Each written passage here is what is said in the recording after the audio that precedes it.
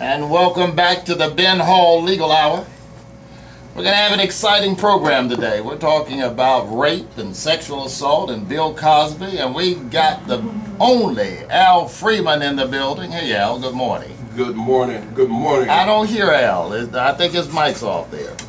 Well, good morning. Good morning. I think they had my mic off because they know it's going to be hot today, Ben. I'm a little concerned, Al. I have to tell you, as I was preparing for this show, I said, my goodness, I don't know what's going to come out of Al's mouth this morning. Well, just don't get us in legal trouble today. This is the legal hour, not the lawsuit hour, okay? Well, you know, the possibility of Bill Cosby's sexual misconduct allegation being true, regardless of when it was, when it was reported, it is a severe disappointment. I mean, it really is. I mean, we held Bill higher than Barack Obama in some cases, and so, I'm just taken aback. I mean, and like O.J. Simpson, black people are going to defend him until the end. I just wonder if Robin Givens or Lisa Bonet had come out. Well, I want to ask you about that. Did O.J. do it, Al? Of course he did it. O.J. did it? Of course, that's why he is where he is right now. He said he did it. He said you have to read the True magazine, the Globe magazine. Al, O.J. did it? He did it. He did it, and AJ, what's his friend that runs the white Bronco? He got the knife. I'm going to move on because for sure we're going to get in trouble with you this morning. Listen, we're going to be addressing the Bill Cosby allegations and sexual assault and rape. And for those of you who have been following this, this episode in the media, it's not a question about whether he can be sued right now by these victims. It's a matter of how his image and reputation and legacy is being destroyed because of these latent or legacy allegations about sexual assault. So to help us on this issue, we have invited a rape survivor to the studio. She's Big 50. She's a wonderful comedian, and I was introduced to her by Al Freeman. She is also a very talented entertainer. Awesome. And she really is, and I appreciate your introducing me to her. Talking about tall and beautiful. Now, a Big 50 is tall and beautiful. And she cold, and she's mean too, Ben. Oh Lord, here she comes walking in looking like the glamour queen. Hey, Miss Big 50, how you doing, baby? How are you? All right, now listen. Good morning. We've been telling a whole lot of lies about you, so I come know. on. Let me just come on around here. We'll put you up on the microphone in just a second. Gorillas in the building. Good morning, Hazen. How you doing? All right, now don't take over the program. She's here though. Oh, she here. Yeah. Good morning, everybody. Good morning. We were talking about just kind of laying out who our guests are, and so you were the first one we started talking about. Well, thank you. Then we have Thacia Jenkins, who is with The Bridge, and this is an organization that is responsible for, or has taken on the responsibility of bridging the victims back into society and the world, those who have been sexually assaulted, or rape victims, as we historically know, and I want to talk with her as well. So welcome to the Ben Hall Legal Hour, Ms. Jenkins. Thank you. All right, and then I asked for a lawyer because sometimes people are falsely accused of sexual assault and rape.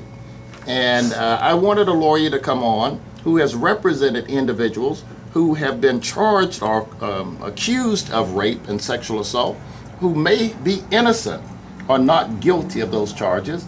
And for that purpose, we have in the studio Mr. Tate Williams. In fact, Tate is a lawyer who offices just a couple blocks down from my office on Lovett Boulevard. So Tate, welcome to the Ben Hall Legal Hour, and we'll look forward to your insights as well on this question. Thank you for having me, Mr. Hall.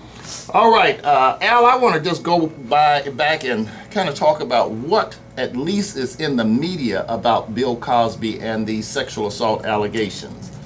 They started back in 2002, well, perhaps not started then, but at least got some publicity. And there, a lady by the name of Andrea Constand accused Bill Cosby of touching her breast and vaginal area and rubbing his private parts against her hand and then digitally penetrating her. Then, 3 years later, Digitally? yes, digitally I penetrating. understand. Then February of 2005, another female, Tamara Green, comes forth and alleges that Bill Cosby groped her, kissed her, touched her, and started handling and removing her clothes from her body. Then Constan, the first accuser that I've spoken about, filed a civil lawsuit against Cosby.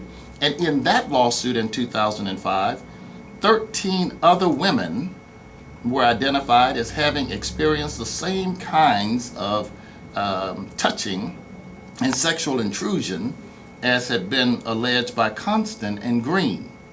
Then, June 2005, Jane Doe 5 goes public, Beth Ferreira, and she claims that she had a relationship with Bill Cosby in 1980, and that Bill Cosby would take off her clothes. She found herself one time when she came back to consciousness with her bra undone and her top was untucked. And she said, "Oh my God, what's going on?" Then in 2006, that's 8 years ago, the Philadelphia Magazine interviewed another victim, a witness in the Constant case, a lady by the name of Barbara Bowman. Ms. Bowman says, "Cosby threw me on the bed and braced his forearm against my neck and attempted to disrobe me himself. And she says, I can remember that he was messing with his belt and she was screaming."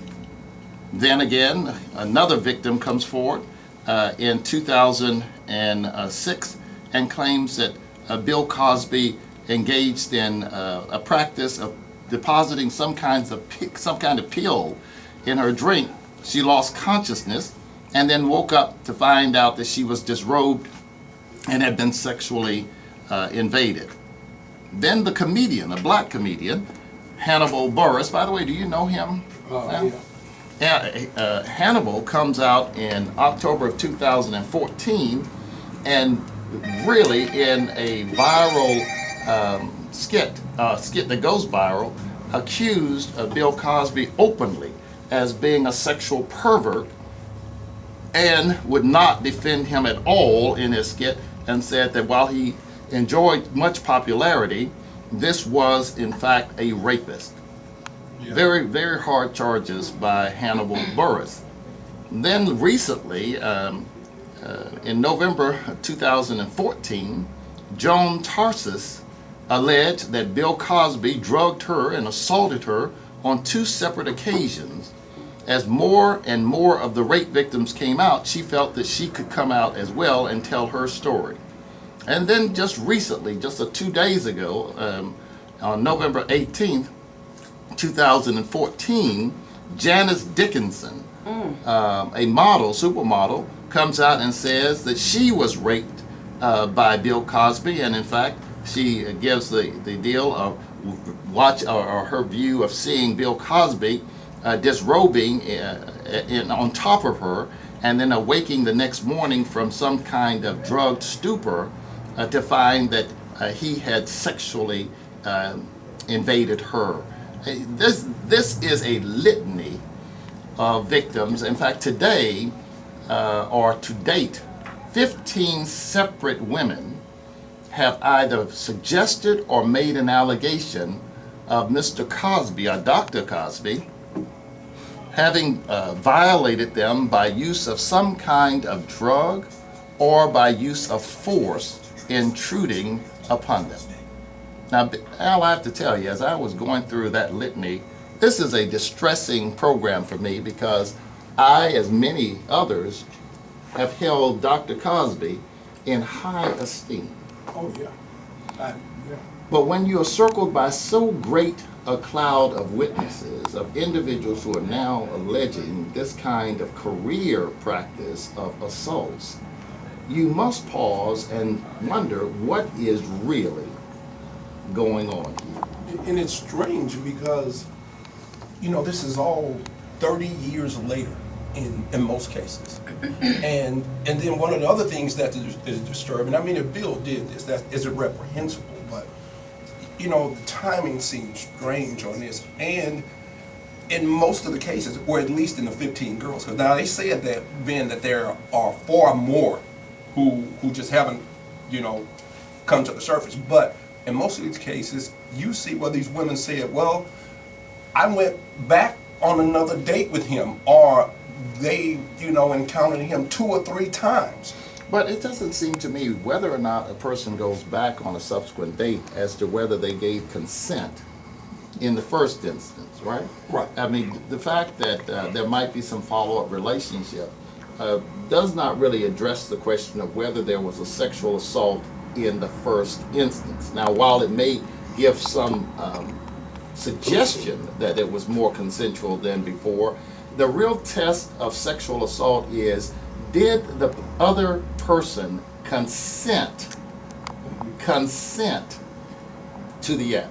And I tell you this out, I'm about to upset some preachers out there right now because there is an actual statute. If you are a minister out there and you're a pastor or you're a member of the clergy, I want you to know that there is a specific statute that holds you liable for sexual assault if you have sex with your member, period. Wow. Now, I'm sure a lot of preachers up there saying, hey, oh man, Ben Hall is about to expose my joy time. The point is, but the point is, I wanted my ministerial friends to know this. There is a specific statute, and so ladies or men out there, if you have had sex with your preacher or with your pastor, just know that it doesn't matter whether you agreed to it or not. That statute allows that you can bring a claim of sexual assault if you entered into that sexual relationship in the clergy parishioner context, and you did it because you believed in that person.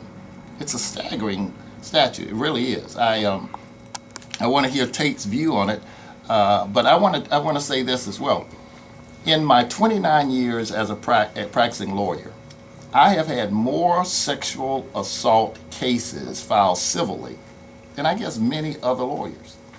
And I have made more money off of sexual assault cases, civil cases, than most lawyers because jurors abhor rapists. They abhor a person who takes advantage of anyone else when it comes to sexual assault. And so the kinds of cases I've had, a little boy was being molested by his school teacher. Jury gave $48 million against that person. Had a preacher who was messing with a member, and the member came in. This was an adult member. She was married, and the preacher interrupted the marital bond and started having sexual relations with this member. We filed that lawsuit, and I want to tell you, even though he fought initially, that case resolved very handsomely for that client. Well, he had to, because the law is pretty clear that you cannot abuse a position of trust like being in the clergy. And I want to stress this to my preacher friends because I know as a minister, you know, Al, I'm a minister. Yes, sir. But I want my preacher friends to know you cannot go out and have sex with your members and use the trust relationship, the fidelity relationship of the ministry, and then think that that is consensual, because the law is not going to give you that presumption. Is that a legislated law? That is a penal statute, but I see Tate is up there just ready to go. Come on, Tate, get into it. Mr. Hall, there are a lot of positions of trust and relationships with which the Texas Penal Code criminalizes sexual activity, as you described, when you have that position of trust. But oddly, the only trust relationship that you would assume would be included in that statute and isn't is the lawyer-client relationship, which is just further proof that the legislature is primarily composed of lawyers. Yeah, lawyers wrote the law. And we know lawyers never rape their victims. Well, it's not confined to rape. It's a situation where if you're in a certain type of doctor-patient relationship, nursing home caregiver relationship, the relationship Mr. Hall described, you can't have a consensual sexual relationship in that position of trust. It doesn't have to be a situation like Mr. Cosby's accused of, where he deprived or is accused of depriving the women of the ability to give consent. It's just that given the nature of the relationship, the people are not in an equal position, and you're taking advantage of that trust that this person has placed in you as a result of your status as a professional and the type of relationship you have with them. Tell you, what is the simple definition of sexual assault under Texas law? Well, between adults, it's essentially having some type of sexual contact with another person without their consent, whether that's by force, threat of force, while they're unconscious, using an intoxicant to deprive them of the ability to give consent. It's just sex without consent. It's that simple. Now, can you have a sexual act that commences with consent and then in the middle or somewhere early on, people have a change of mind and say, look, I'm sorry, I don't want to do this anymore, and then they take away their consent, and that continue to be sexual assault? You can see those cases prosecuted and you'll read opinions about it, but my personal belief is that if you are in the midst of a sexual act and consent's withdrawn, then you better stop, or you want to be spending money on somebody like myself or you. Well, I don't do these. You'll spend your money on when I sue you for civil damages, Right. but you also defend or at least represent in the criminal yes. context the person accused of sexual I assault. have handled numerous sexual assault cases involving adults and children from the investigative phase all the way through jury verdicts and appeals for 15 years. Okay, so the litmus test on whether it's sexual assault is whether consent was provided. I think that if you want to put it in one word, consent is the issue. Okay, now that's when you were careful to say when you're dealing with adults. How about when you're dealing with children? Texas law says that children do not have the ability to give consent. No matter whether they say yes or no, they cannot give consent. What's the age break off? The age break off in Texas is 17, but we have a Romeo and Juliet statute that came into place a few years ago that is you have an affirmative defense that if you're the spouse of the person, because you can't